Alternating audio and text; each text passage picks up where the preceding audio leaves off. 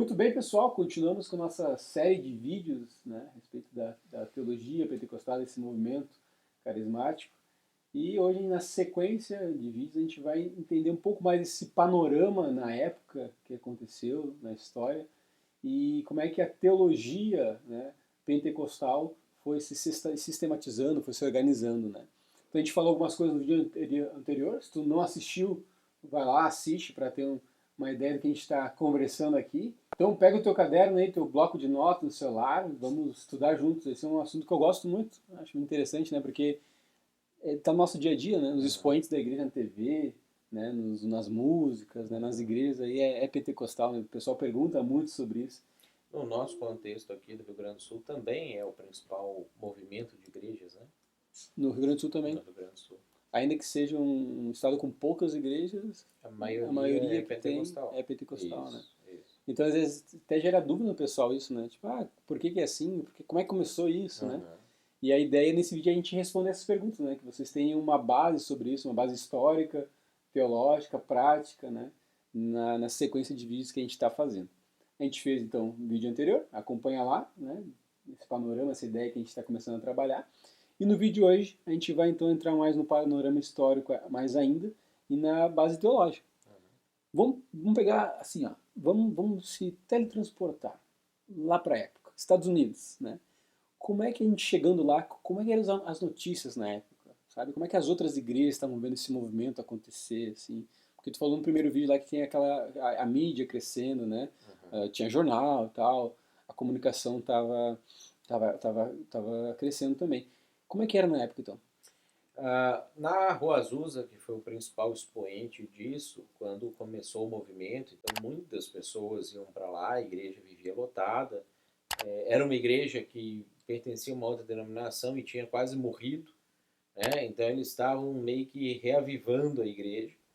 E o pastor, o Seymour, que foi para lá, ele tinha ido em um desses movimentos no interior dos Estados Unidos, viu a situação, aprendeu a falar em línguas e fazer aquelas coisas todas, e ele foi então para essa igreja e ele começou a reproduzir aquilo ali. E ele era uma figura carismática, uma pessoa que falava muito bem, então também, embora ele não tinha estudo bíblico, estudo teológico, ele tinha uma boa oratória, uma boa maneira de se expressar, as pessoas foram aderindo àquilo ali e os movimentos começaram.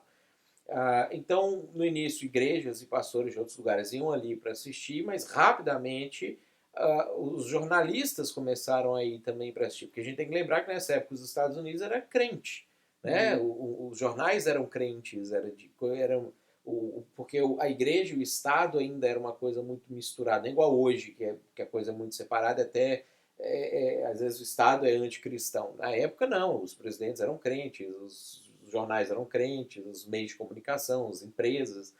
Então eles vão lá para poder entender o que está acontecendo e quando eles chegam lá, as notícias elas são sempre no sentido de que isso aqui é uma seita, isso aqui é um movimento estranho, isso aqui não é uma coisa, não é uma igreja normal, não são crentes normais, né? Eu até separei aqui nesse livro que eu indiquei para Uhum. o pessoal aprofundar lá no primeiro vídeo, um pedacinho de uma notícia do jornal de um jornalista que foi na Rua Azusa. Ele escreve assim, ó: esquisita Babel de línguas, nova seita de fanáticos à solta, cena grotesca ontem à noite na Rua Azusa, gorgolejos ininteligíveis falados por uma irmã.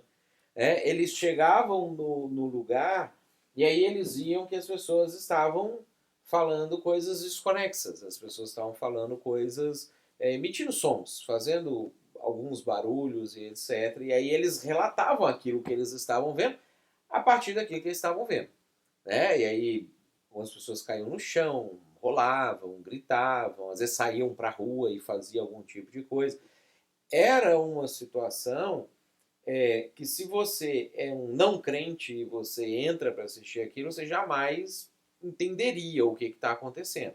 E se você era um crente de uma igreja normal, você ia falar assim, é uma seita, porque era a época que estavam surgindo os testemunhos de Jeová, né, Uhum. os mormons tinham surgido recentemente, e agora que eles estavam começando a espalhar um pouco mais nos Estados Unidos, os adventistas estavam ganhando força lá nos Estados Unidos também. Então, era um momento que essas seitas estavam fervendo. E aí o cara que chegava e olhava, assim, é mais um movimento estranho que surgiu aí.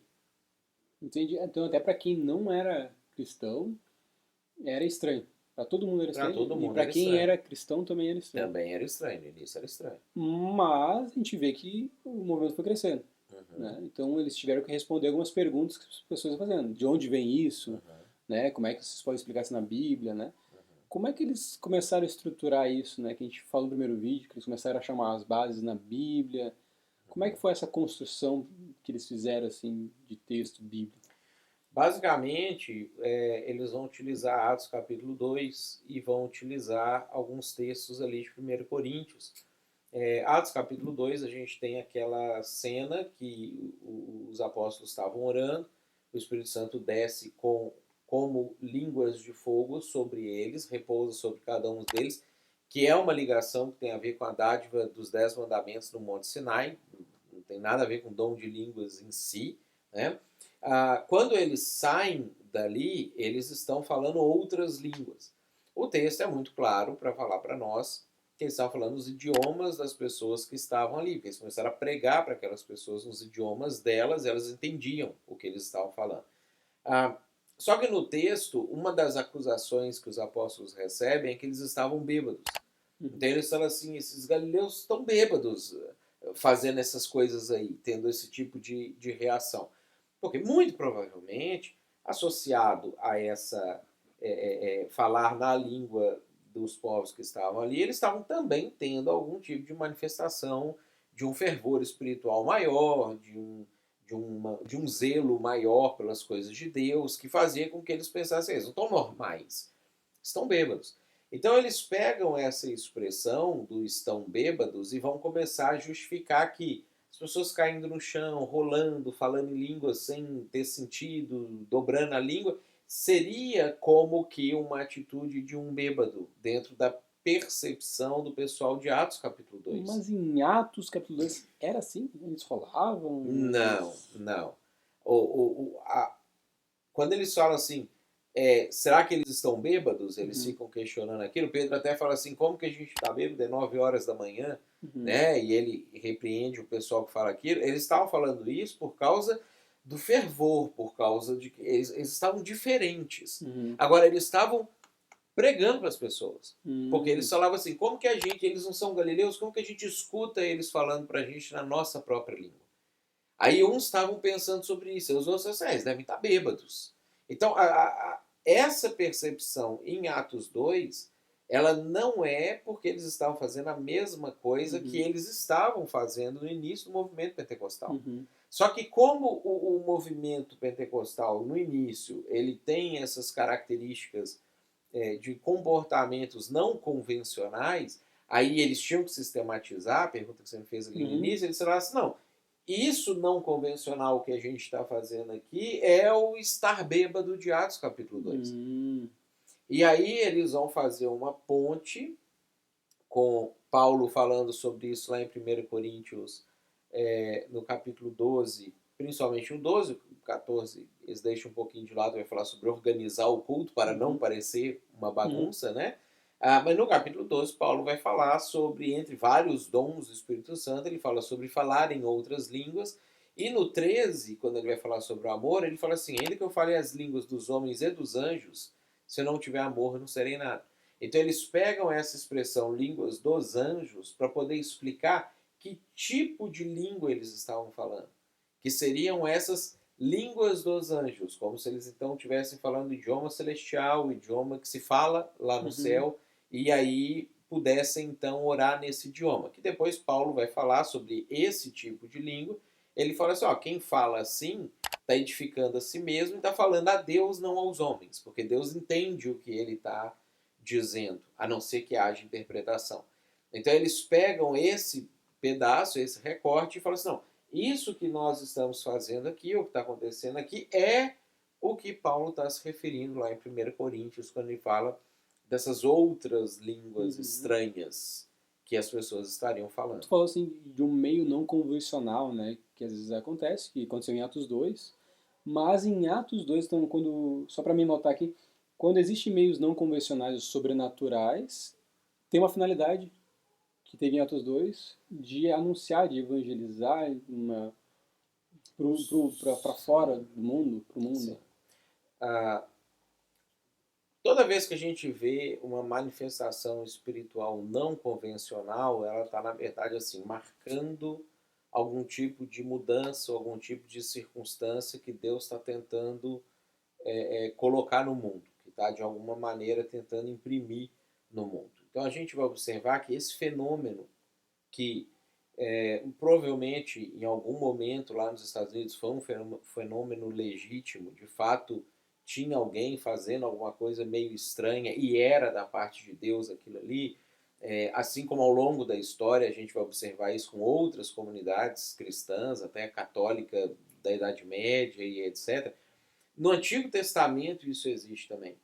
No Antigo Testamento nós vamos observar as pessoas falando em línguas também. Então isso não é uma inovação do Novo Testamento ou de Atos capítulo 2. Isso já é algo que os próprios discípulos de Jesus, os próprios apóstolos de Jesus, embora eles mesmos não tinham experimentado pessoalmente isso ainda, porque durante o ministério de Jesus esse tipo de manifestação não vai acontecer, eles sabiam, porque conheciam a Bíblia, que isso já tinha acontecido em outros momentos da história de Israel.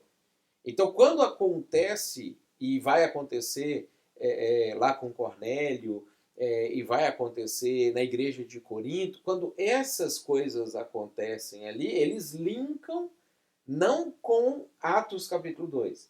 Eles vão linkar com Números, eles vão linkar com 1 Samuel, eles vão fazer o link com manifestações não convencionais Uhum. do Espírito Santo, que tinham uma intenção muito específica de marcar um ponto de virada ou uma autorização de Deus para alguma coisa e que cessava. Ela não era algo que ficava continuamente acontecendo. Uhum. Então, ao longo da história de Israel e da igreja, houveram momentos que manifestações espirituais diferentes aconteceram, elas marcaram uma coisa, elas pararam. O que vai acontecer com o movimento pentecostal é que, com a possibilidade da reprodução contínua disso, porque eu vou num lugar e eu vejo as pessoas fazendo, então eu consigo imitar aquilo, o movimento que quase certamente ele é legítimo lá no início, no século XVII, século XVIII, século XIX, em algumas comunidades, ele vai ser reproduzido e a gente vai começar a perder a possibilidade de entender quando que o movimento está acontecendo de verdade e quando ele é uma imitação. Uhum. Porque agora você tem toda uma comunidade repetindo de propósito aquilo e não porque realmente houve uma Uhum. manifestação diferente do Espírito. Perfeito.